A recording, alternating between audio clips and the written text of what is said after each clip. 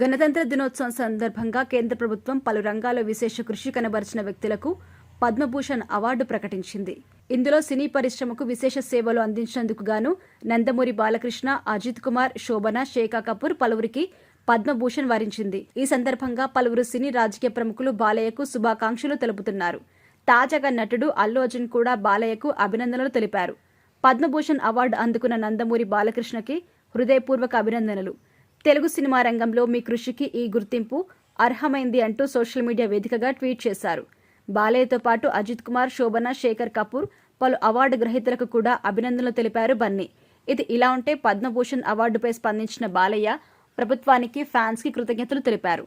అలాగే తనకు శుభాకాంక్షలు తెలిపిన ప్రతి ఒక్కరికి ధన్యవాదాలు తెలిపారు.